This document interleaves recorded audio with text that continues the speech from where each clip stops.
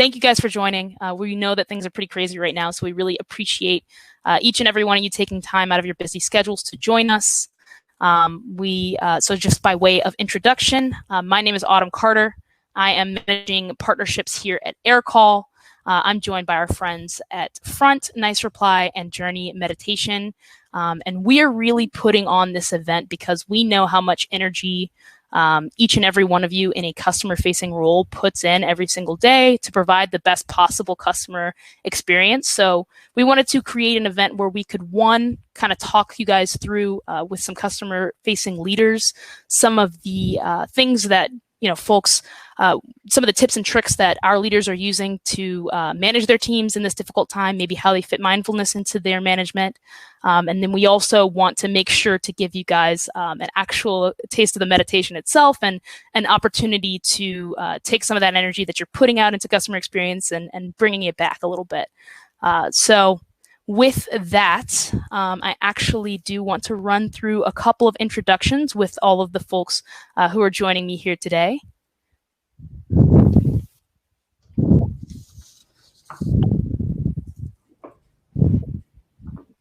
Hello. So I will start with whoever I can see on the screen. So we're joined by Igor Minarik, who is joining us from Nicereply. Igor, you want to give your quick introduction?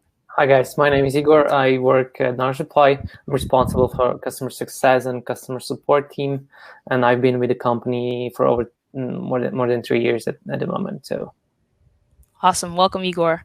We're also joined by our very own Ian McLean from Aircall. Ian. Hey everybody, Ian McLean, head of customer care for North America at Aircall. I joined into Aircall this past September. It's been a great ride so far. Happy to be here today. Thank you, Ian. We are also joined by Kenji Hayward from Front. Hey guys, I work at Front as the head of customer support. I've been doing so for about 2 years. Before that, I've worked in every kind of support job you can imagine for 10 years. So I think I have a lot of tips on how not to burn out because I've done that a few times. So happy to help. Awesome. And then last but not least, we are joined by Linda Souders from Journey Meditation. Linda? Yeah, hi everyone. So happy to be here. I've been teaching with Journey for going on 5 years now, and I'm super excited to bring you a meditation session today. Looking forward to it. Fantastic. Thank you so much, Linda.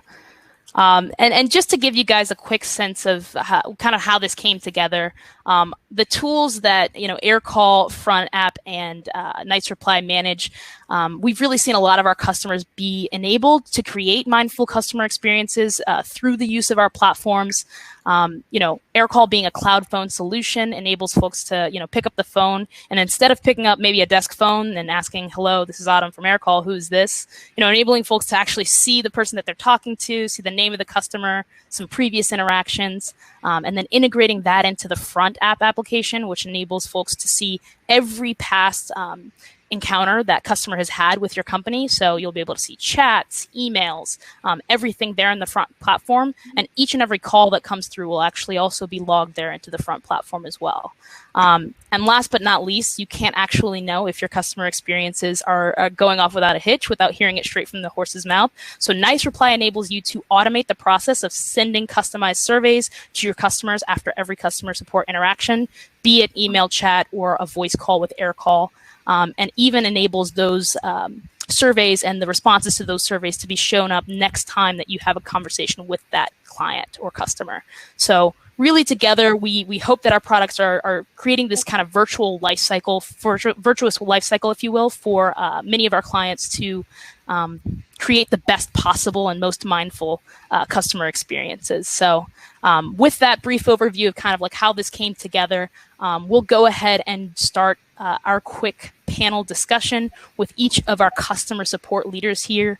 And I'll start just by saying that we know how much you guys put into your teams, and we know how stressful being in a customer-facing role, as you said, Kenji, can be under normal circumstances. And then add into the fact, I'm sure each of you has had to, in some regard, have to deal with maybe a team transitioning to remote, all the changes that have, I'm sure, come with the COVID-19 crisis. So There'll definitely be something that we want to talk about as well, maybe even the ways that affects customer support teams with, lower satisfaction in the job and sometimes higher turnover than other teams.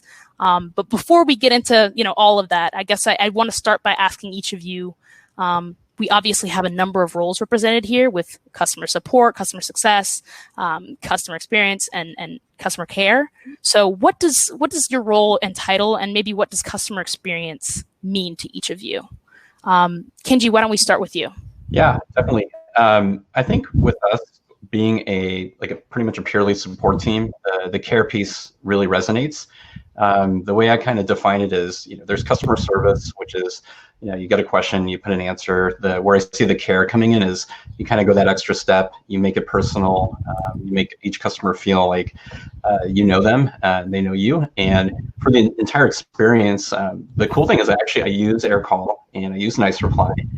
So it helps to have that kind of customer life cycle in it. And I think that helps with the entire experience. It just feels seamless. And I think that's what every customer wants, is just to get a nice, pleasant, seamless experience and to feel like you know who you're talking to. Definitely.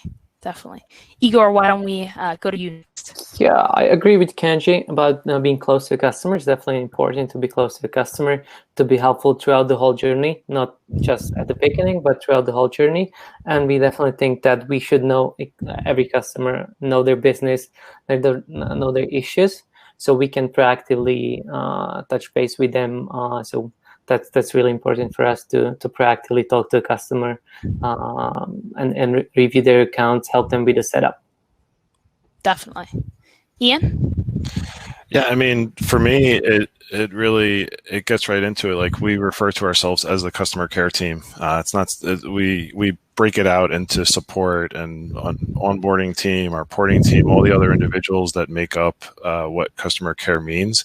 But just putting it right out there and saying we are the care team, I think we've really embraced that at Aircall, and I think that's the message that we're trying to send to our customers. Letting them know that it's not just getting somebody that can help you out with the issue, but somebody that actually is truly caring about the relationship that we're building and what it means to keep them able to use the tool that we're providing to them, making sure that everything's working and that we actually are getting that, kind of touching on what Kenji said, the relationship with the customers, Definitely. So that leads me to my next question, which is each of you obviously is managing a team. And at this time, with everything that's been going on and some of the difficulties and stressors that your team might be taking on from your customers, how are you working with your teams to stay positive? Is there any, or are there any mindfulness practices that each of your teams are utilizing? How are you kind of supporting your support team, if you will? Igor, why don't we start with you this time? Yeah. We definitely talk a lot throughout the team. It was at the beginning, it was harder because everybody went remote even before Corona, where it started to kick off. So we went working from home. It was challenging at I would say first week, but then we had daily calls, weekly calls for the whole team. So that definitely helped to discuss all the issues, not just the business, but also the virus and how's the life. So that definitely helped to discuss and to be open about everything, including business and life and the virus and everything. Definitely. Ian, why don't we go to you next? Yeah, I mean, I think that did touch on a lot of it, but I think what we've tried to do is just we got into a lot of Zoom meetings. We spend all day on Zoom, but I think in a way where I don't set an agenda and I just let everybody kind of talk about what they're feeling at that time. So give everybody the opportunity to just kind of put it out there, ask questions, how everybody else is coping with being remote now for over 3 months. Just acknowledging that we're all human and that we all have that heightened, stress and anxiety over everything that's going on around us, and just trying to let them release that so that when they're doing their day-to-day, it doesn't really come through. Because I think that's something that we all see, is that if somebody has something else that might be bothering them going on around them, that definitely, I'm an open person. You'll see that on me if something's bothering me. So definitely. Awesome. And Kenji, what about you? What is your team doing to stay Yeah. positive? So something we do, what we used to do in the office is every Wednesday afternoon, Linda would actually come in from Journey and do a guided meditation for the company. So that was one thing that we did. And then we thought about, well, now COVID's happened. How do we kind of still bake that stuff in? And what we do is we have a block on the calendar just to do it. So whatever app you want to use to take a little time to meditate, we have that on there as a reminder. And then kind of like what both Igor and Ian are doing, making like non-work Zoom type events, whether it's happy hour or like you're hopping on Switch to play Animal Crossing, like just ways to break up the day and just make it fun. Definitely. That's super important. I just bought a Nintendo Switch myself, so can definitely understand that one. Nice. But yeah, especially given these times of crisis and uncertainty and all of that your team is dealing with, that you guys are trying to address through, all these different mediums of maintaining positivity. It'd be interesting to know for each of you, what have we seen in terms of an increase or maybe even a decrease in the urgency and or frequency of customer issues and requests? Have we seen more or less? And then, furthermore, what have you done so far to address that with each of your teams? So Ian, why don't we start with you? Sure. So what we did was we didn't go too much into the whole messaging and marketing of like, hey, all those emails that everybody receives from every company out there about what we're doing in COVID. We went a little more subtle and we changed some of our messaging. Like if a customer would send a request, our response would say like, hey, we understand there's a lot of things going on with COVID, but we're here to help. A lot of it is really just being more mindful and reminding the team that, we're all experiencing this. It's not like only a set part of our customer base that is having the additional things going on around them. So just being that, as we're talking about here, being more mindful to that is really the big word that would come to me. But then, I think we've got customers that the expectations are a little bit different as well. So we had a lot for Aircall being a product that was pretty easy to just pick up our laptops and go home and log back in. I think that a lot of customers were coming to us and saying we need to get onto a platform that we can use that is fully remote capable, super quick. So during the very beginning of the whole COVID situation and everybody going home, we were trying to move as quick as we could to get everybody up and running. And so we tried to pick up the pace on that as well.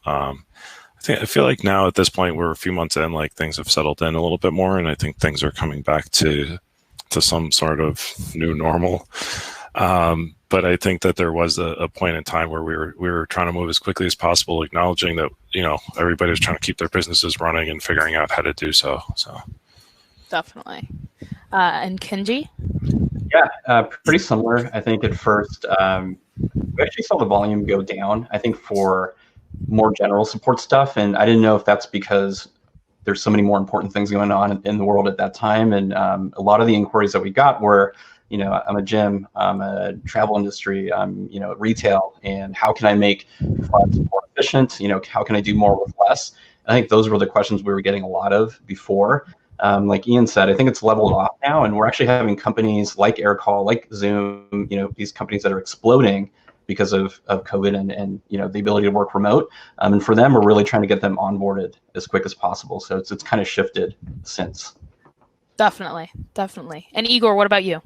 Yeah, for us, I would say there was like decrease in terms of support tickets, but we definitely seen that there are new customers coming, and it was way harder for them to make a decision. It took way longer to make a decision. It was harder, so we needed to be more flexible, to be more patient. So definitely we needed to extend some trials. I think the difference was in terms of making decisions. It was way harder for people to make a decision from home, or if they are not able to discuss it within the team. So yeah, we needed to be more flexible. Flexibility, definitely a theme I'm hearing here amongst all of you. So I think we have time for just one more question. The last thing I want to ask each of you is just what advice would you give for any, customer care leaders here now or watching this later? What advice would you give to them during this time, and maybe what learnings have you each of you found that you're going to take into the future? Whether we're all at home or all back in the office, that you think would be helpful. Why don't we start with you, Kenji? Yeah, sure. I guess my best piece of advice is the self-care starts with you. So if you're watching this and you're going to take away, the meditation stuff, and if you want to roll this out to your team, you need to be the person, really in it. And if you say that you're going to sign off at a certain time, do that, because you're setting the example and the tone for the team. And one thing that I'll leave you with is a quick and easy tip that's working for me is I've kind of converted some of my one-on-ones to walk and talks. So like just an old-fashioned phone call, get out of the house. You don't always need a screen for every single one, but it promotes exercise. You clear your head. You're also productive because you're talking. So give that a shot. It might be helpful. Awesome advice. Igor, what about you? Yeah, I would say during those hard times, you need to be patient. You need to be flexible, even if the request is unusual. So, and look at the issue from other perspective, from the side of your customer. So that definitely helps. Absolutely. Ian. Yeah, I think a lot of it just means being a little bit more sensitive to everything that's going on, having the understanding of, there could be a lot of other stressors that are happening. It sounds crazy to say, but I keep asking my team to take some time off, step away from the screen. Yep. Kind of like what Kenji was saying, at least set a schedule. But I think that it's very difficult for everybody to realize the separation from work and life at this point.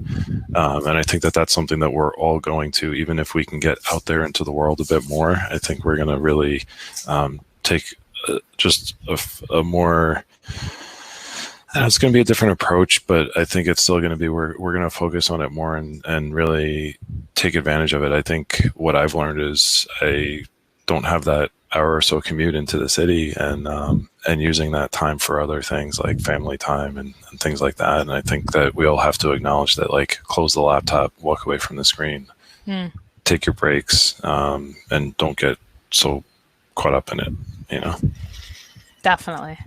Awesome insights from all three of you. So with that, thank you guys so much for joining and for sharing your insights. We hope that everybody watching got something out of it. One quick plug before I hand it over to our meditation specialist. So everybody who is on this call is actually going to get a free 30-day trial of the Journey Meditation app. So you'll be able to use that for 30 days. Definitely go and download it on your iPhone. And we also are each offering prizes. If you see a need potentially for our product and you book a demo with us, Aircall will be offering a curated gift set around mindfulness. Front is actually going to be offering a year's access to the Journey Meditation application. And Nicereply is going to be offering, you'll be entered to win a stack of your best and most relevant meditation and mindfulness books. So be sure to either click over in the Hopin platform to the Expo tab, where you'll be able to see some links into each of our platforms, and also look out for the emails that are going to be coming out after this event. So thank you guys again for joining, Ian, Igor, and Kenji. With that, I'm actually going to be handing it over to Linda for our meditation practice. Thanks, Autumn. Really nice to hear everybody talk. Thank you for being here, because meditation is self-care. So as some of the panel were saying, self-care is super important, and meditation is one of those practices. Meditation is a practice we do to cultivate mindfulness. And when we're mindful, we're able to take that step back, to unblend and untangle from everything that's going on, not only externally, circumstances, situations, but internally, our thoughts, our feelings, emotions. So as we become more and more mindful, we're able to create that separation more easily in any moment. So whether you're at work or whether you're out taking a walk, spending time with family, anywhere 24/7, you have the ability to be mindful and take that step back. And it's a skill. So the more you do it, the stronger your ability becomes to be able to, in any moment, notice, okay, I'm just going to take a step back. I'm going to unblend. I can still be listening to my customers. I can still be interacting with my colleagues. And actually, it's a really great place to be as often as possible, because mindfulness is defined as paying attention to the present moment on purpose, with curiosity and without judgment. And that's really key, is that we're not bringing our own beliefs, opinions, our own programs and stuff to the table. We suspend judgment. We suspend labeling things as good, bad, or otherwise, and we simply observe them for what they are. And so, for example, he said this, she did that. These are just facts, what they did. And then we flavor it a lot of times. We color it with our opinions and beliefs based on our past history. And so mindfulness allows us to notice our flavor, our past history, but still be untangled from that and be relating purely to the present moment. So I'm going to guide you through a meditation practice today, which is called sitting on the riverbank. And it really helps you to experience that sense of unblending and untangling. And you can take this with you for the rest of your life. Once you learn it, you have it. This is a practice that I've been using successfully for many, many years. And again, it's a skill. The more I do it, the easier it is to click into that mode, that sitting on the riverbank and observing. And what I'd also like to do is share with you a couple of breathing techniques, because focusing on the breath is a quick way to untangle from everything. But before that, I'd like to just touch on meditation. I think there are many brand new meditators here. I've heard that it's all levels, so some of you have meditated before, some of you have a regular practice going. So for the new meditators, and for those of you who are first time to Journey, I just want to say that the Journey practice has been created specifically for all of you in the workplace, so that you learn an easy 10-minute meditation that you can weave easily into your daily life. And this practice comes from both the ancient wisdom techniques, the techniques we've been doing for thousands of years, meditating, and we combine it with modern scientific research findings so that you learn what happens in the brain and in the body when we meditate. There's tons of research going on around the world as to why is this simple practice so powerful. You sit down, close your eyes, and focus on the breath, or your eyes are open and you're moving through your day and you become mindful. And why does this cultivate so many, like a domino effect of benefits? Some of the benefits are that the heart rate slows down, our mind becomes clearer, we become more focused, the anxiety and stress level come down. This is a big one, and this is why a lot of people turn to meditation in the first place, to reduce stress and anxiety. The cortisol level in the blood reduces, that's our primary stress hormone. We sleep better, our mood improves, we just feel happier overall, more peaceful, with greater well-being. And I've been meditating for over 20 years, and so I come to you with a lot of experience, so I can speak for this practice. And this is why I now teach, so that I offer this amazing practice to as many people as possible. When I first started meditating, I thought this practice might be a complicated spiritual technique that only a few could master if they sat in a mountaintop cave perhaps for many years. But it's so simple. It's just bringing the wandering mind to focus on a single point over and over again. So what is meditation? Meditation is a mental exercise for training our brain. And we basically are training in attention. To share with you a couple of the research findings, when we meditate, we have an area in the brain called the amygdala.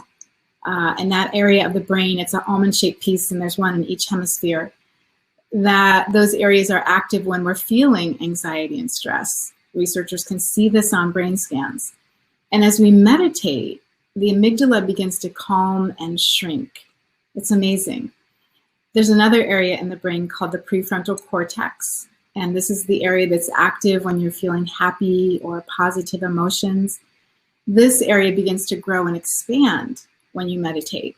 So the amygdala is shrinking and the prefrontal cortex is expanding. And then you're going to feel it. You're going to feel the cortisol come down. You're going to feel the heart rate slow down. You're going to feel a clearer mind and a longer memory, et cetera, et cetera. So I want to share with you also one study done specifically on journey meditation. This was done at New York University. And this study found that after just 8 weeks of 12 minutes per day meditating, meditators had reduced anxiety, an improved mood, and an increased attention span. So, like I said, there's lots of studies going on and have been going on around the world. That's just one of them, specifically to Journey. So as we head in, I just want to let the new meditators know that meditation is not about clearing our mind. I hear that a lot from new meditators or people who've never meditated. I can't clear my mind, so I can't meditate. Well, the really good news is that we give our busy mind a focus. That's all we're doing. The mind is always working, and it's actually doing a very good job for you. It's reminding you to eat, to sleep. You have appointments and scheduled things coming up. You have loved ones' birthdays, et cetera, et cetera. So the mind is always active. And when we meditate, we simply focus. That's all we're doing. And as we focus on a single point, Journey normally uses the breath because it's always with you 24/7, so it's easy to come to the breath, and that's a very traditional point of focus.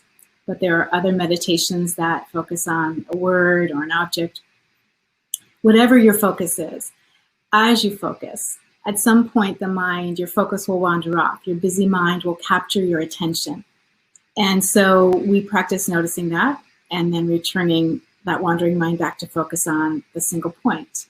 And then after a while, maybe quickly, the focus wanders off again. And so just like your exhale and your inhale go together to create a breath, the wandering mind and the focused mind go together to create meditation practice. That's all it is. And so you can meditate as you're walking through your day just by bringing your focus to a single point consciously. You don't need to sit in formal practice. The reason we do sit in formal practice is to develop the habit to be able to bring our wandering mind back to focus where we want it.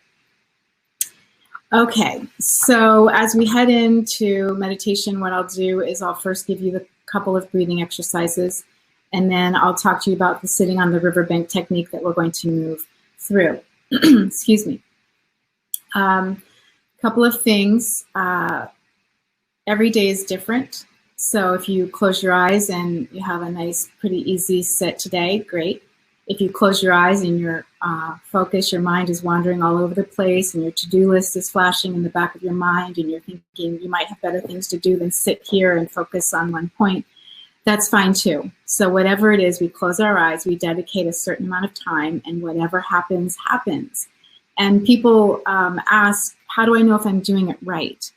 Well, if when I invite you to return your focus to that single point that we're focusing on, you do that, you're doing it right.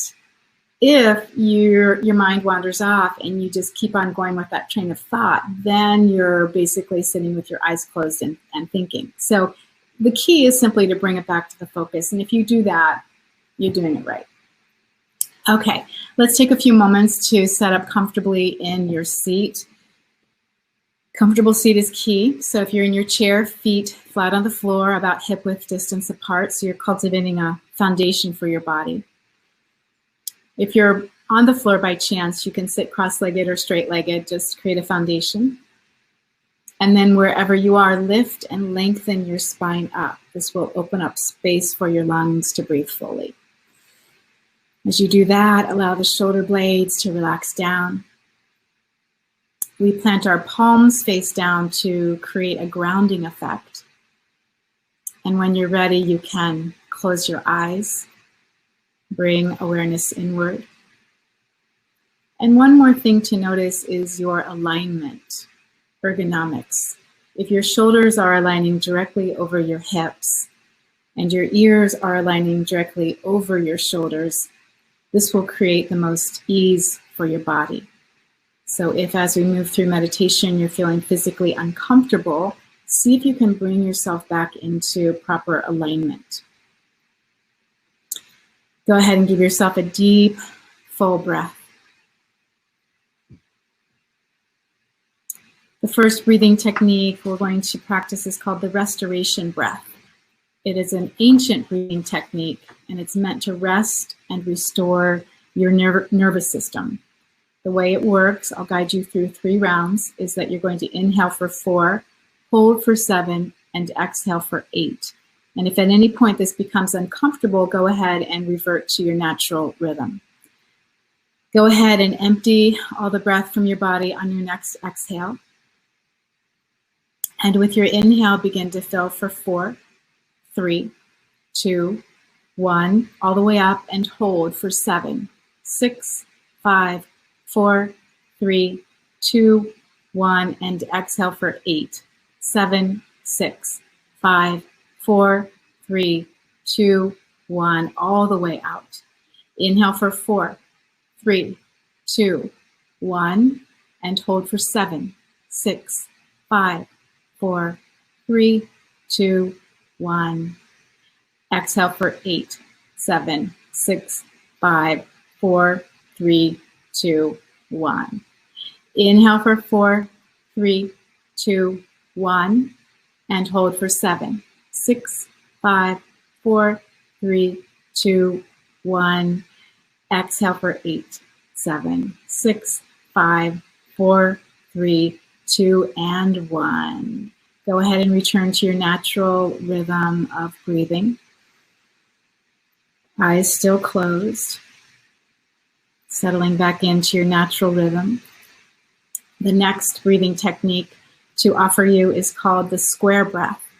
And this is a breathing technique that can be done at any time when you're feeling the need to reset yourself and rebalance. And again, I'll guide you through 3 rounds. The way it works is you'll inhale for 4, hold for 4, exhale for 4, and hold for 4. Okay, go ahead and clear your lungs.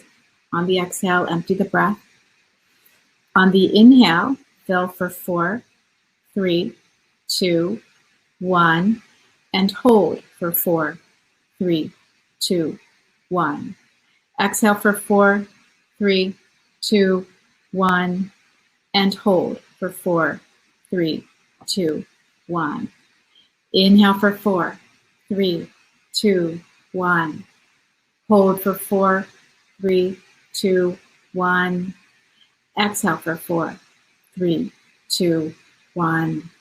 And hold for 4, 3, 2, 1. Inhale for 4, 3, 2, 1. Hold 4, 3, 2, 1. Exhale 4, 3, 2, 1. Hold 4, 3, 2, 1. Go ahead and return to your natural rhythm of breathing. Settling back in. And now that you've learned these breathing techniques, you have them for the rest of your life. Take them with you and use them when you need a couple of moments of reset.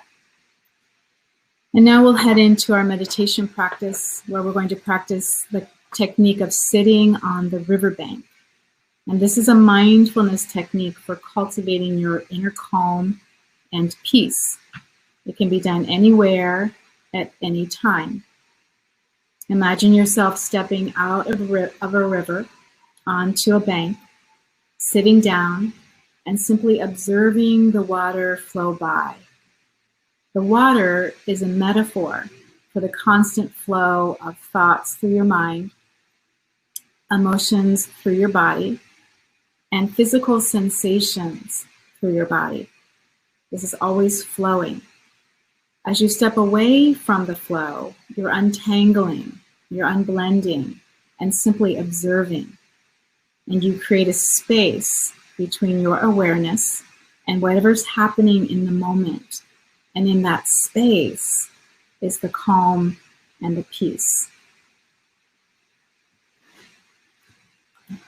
Take a few moments now to set an intention for your practice.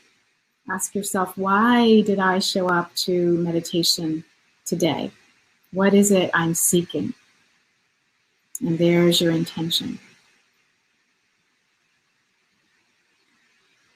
With that intention in mind, let's move through 3 more deep breaths together, natural breaths. Just go ahead and inhale to fill all the way up.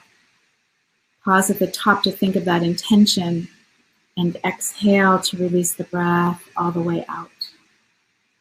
Again, inhale fully. Think of your intention at the top, and take time to exhale fully, clearing your lungs completely. One more cycle of inhaling all the way up. Intention. Exhale all the way out. As you settle back into your natural rhythm of breathing, bring focus to your feet. Notice your feet at rest. Bring focus to your hands. Simply observe the hands. And then the top of your head. We're going to move back down through the body, sweeping awareness through the body without needing to judge or change anything. You're just going to practice cultivating awareness. Move awareness down and notice your eyes and temples. Notice your cheeks and your jaw. Notice your arms, your torso, and legs.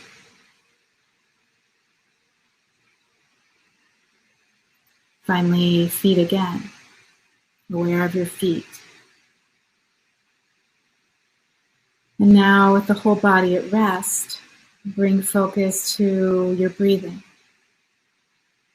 Become aware of that constant wave moving in and out of your body.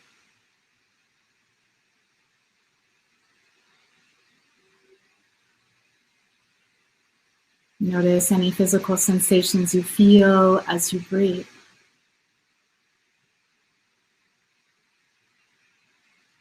Maintain your full, undivided attention, your full focus on your breathing.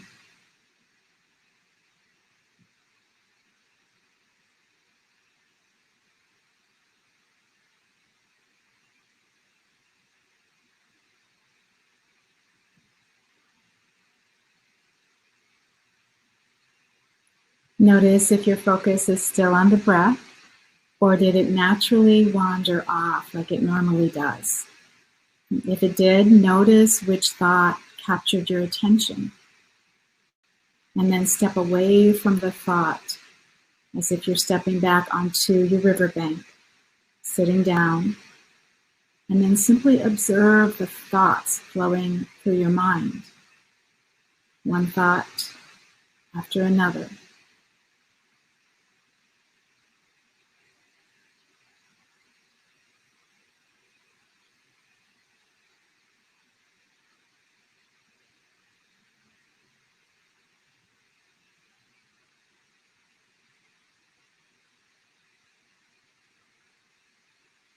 Notice if you're tangled up and blended with a thought. And then again, step back. Look at the thought. Observe the next thought. And then the next. This takes some practice, so stay with it.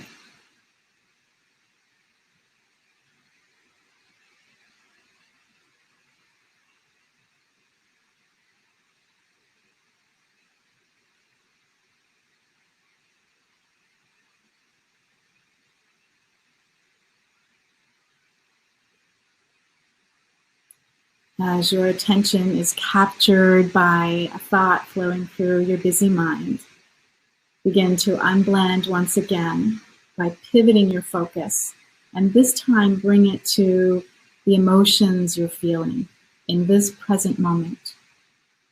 Emotions stands for energy in motion. There's always something rising, cresting, and falling away. Focus on that flow and see if you can label what you're feeling. Sitting on your riverbank, observing the emotional flow, objectively labeling it.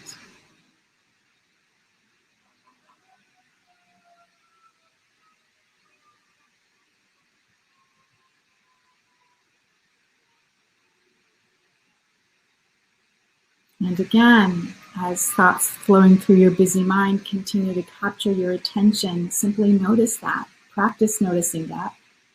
And then this time, pivot your focus and come to the sensations you feel in your body. In this present moment, scan your body, notice what you're feeling.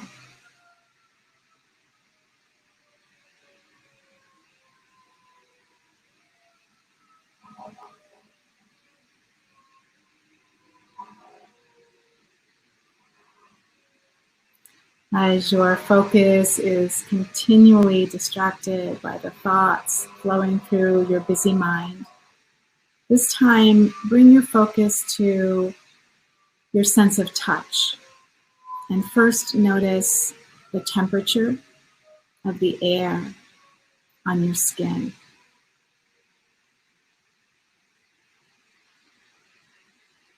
Take a moment to notice your clothing resting against your skin, noticing its weight, its texture. And notice whatever your fingertips are feeling.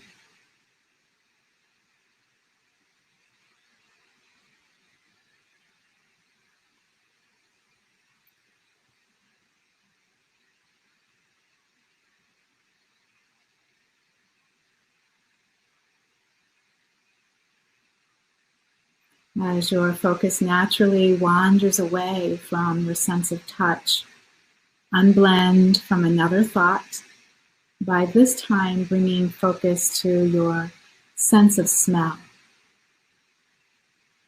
Notice whatever in this present moment, what aroma, what fragrance you're smelling. Perhaps it's subtle, perhaps strong. It doesn't matter. You're simply becoming mindful of your sense of smell in this moment.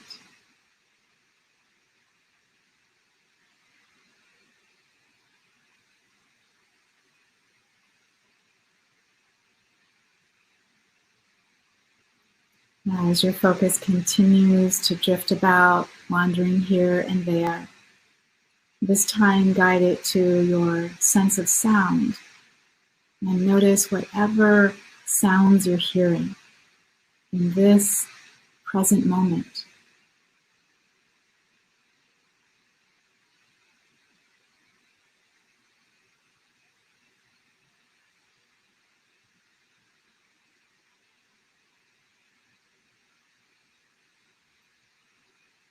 As you arrive in a new present moment, again notice the sounds you're hearing in this new present moment. Notice how the sounds might shift and change and morph from moment to moment.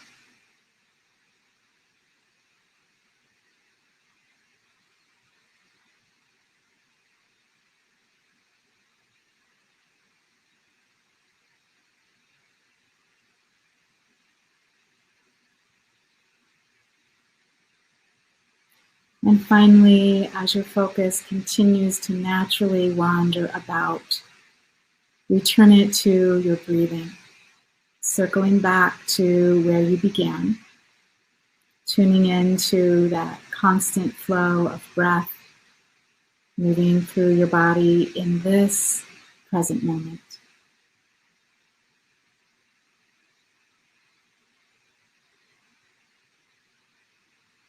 And as we slowly begin to wind our meditation to its close, remember your intention. With your next inhale, fill all the way up. Pause to think of that intention. And exhale to release your breath all the way out. Settling back into your natural rhythm of breathing. And with eyes still closed, take a moment of gratitude where you feel grateful for this practice of meditation, this thousands of years old practice that's still available to you. Feeling grateful that your company provided you, offered you this practice. And feeling grateful that you've shown up, carving out some self-care time and nurturing some benefits within. Because all those benefits then extend out and help all those around you as well. And then whenever you're ready and in your own time, you can gently blink your eyes open, returning to your room, and notice how are you feeling in this present moment, bringing your full undivided attention right here. If you're feeling creaky in the body, you can shift around and wake up, give yourself a stretch. Notice any calm you've cultivated through the practice.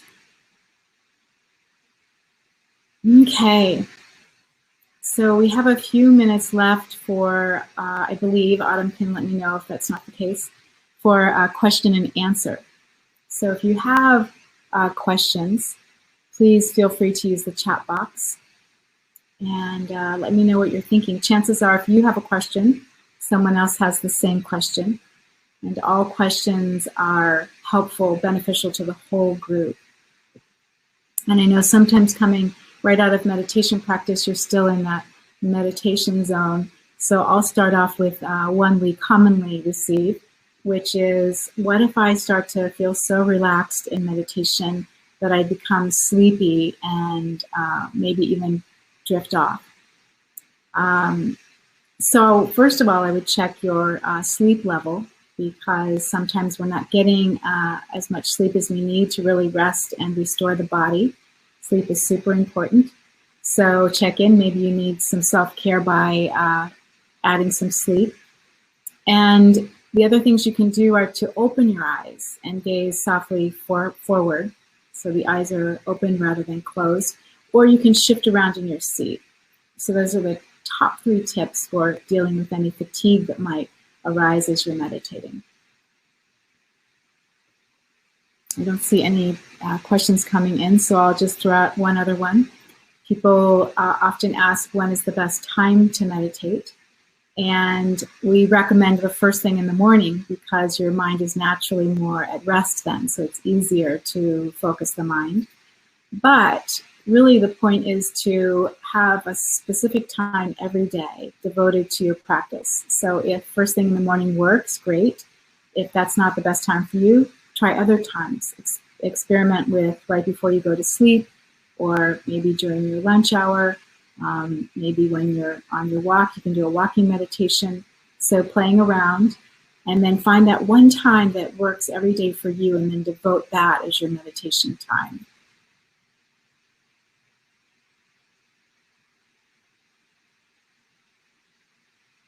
I still don't see any questions coming through. So maybe I'll pass it back to Autumn. Yes, thank you so much, Linda. That was a great meditation practice. Thank you, everyone, for joining and for sticking through it. And if you want to try meditating again, I'll remind everyone that you do have, we will be offering 30 days of the Journey Meditation app so that you can use that going forward to build meditation and build out a daily practice if you are so led. So thank you again, Linda. You're welcome, Autumn. And I want to make a special note about the app. If you aren't familiar with it, the app has different live teachers throughout the day. So you can choose a time that works for you and actually sit with a live teacher like you just did. So it's a pretty awesome app, and I hope you'll take advantage of that and keep up the good work. Meditate as much as you can in any way. So if you can sit for 10 minutes a day, great, sit for 10 minutes. If that feels daunting, try 5 or 3. And even if you take one mindful breath during the day when you've encountered a challenging moment, that's all part of your practice. It all starts to help to strengthen your meditation, your mindfulness muscles. So keep up the good work. You've learned it. You've learned the practice, and it's something that will help support you for the rest of your life. Thank you for being here. Awesome. Thank you, Linda. You're welcome. And thanks everybody for joining. Again, we'll be following up with information about the app as well as each of the tools that we spoke about earlier, Aircall, Nicereply, and Front. But thank you guys again for joining. If you have any feedback, we would love to hear it. My email address is autumn@aircall.io. I believe that we put LinkedIn information for each of the panelists into some of the registration information. So if you'd love to connect with each and every one of you. So thank you guys again for joining, and we hope to do something like this again soon.